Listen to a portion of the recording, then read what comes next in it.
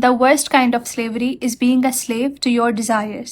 ہم اسی کے غلام ہوتے ہیں جس کی ہم بات مانتے ہیں. اب اللہ تعالیٰ کی ہر بات تو ہم پریکٹیکلی مانتے نہیں. Then there must be something else which we're worshipping too, and that is our nafs. قرآن میں اللہ تعالیٰ فرماتے ہیں کہ اے نبی، کیا آپ نے اس شخص کو دیکھا جس نے اپنے نفس کو اپنا الہ بنا لیا، یعنی کہ اپنا خدا بنا لیا. نفس کی عبادت کو چھپا ہوا شرک بھی کہا جاتا ہے because you've literally replaced God with your desires. اب نفس ایک ہی ہوتا ہے لیکن اس کی 3 حالات ہوتی ہیں. We'll start from the worst to the best. The worst and the most evil type of نفس is نفس امارہ. یہ نفس آپ کو برے کاموں کے لیے اکساتا ہے، بھڑکاتا ہے. Whatever the bad you do is because of this نفس.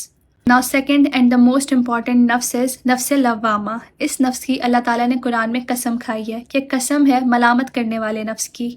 فرض کریں کہ آپ سے کوئی گناہ ہو گیا نفس امارہ کی وجہ سے. اب اگر آپ کو اس گناہ پر گلٹ محسوس ہوتا ہے، ریگریٹ محسوس ہوتا ہے کہ آپ کو وہ گناہ نہیں کرنا چاہیے تھا، then congrats, your نفس لوامہ is active اور آپ کا ایمان بھی زندہ ہے because you know the difference between good and bad.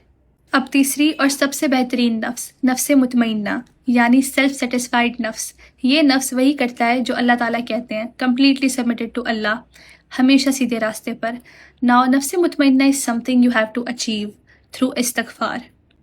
آپ نے گناہ کیا نفس امارہ کی وجہ سے، آپ کو ریئلائز ہوا آپ نے استغفار کیا نفس لوامہ کی وجہ سے.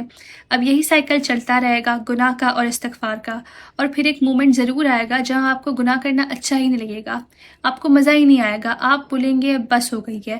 And that moment you experience نفس مطمئنہ which is everyone's ultimate goal. Your greatest battle is against your own nafs, not because it is evil, but because whatever you don't lead will lead you, and your nafs is definitely going to lead you to destruction.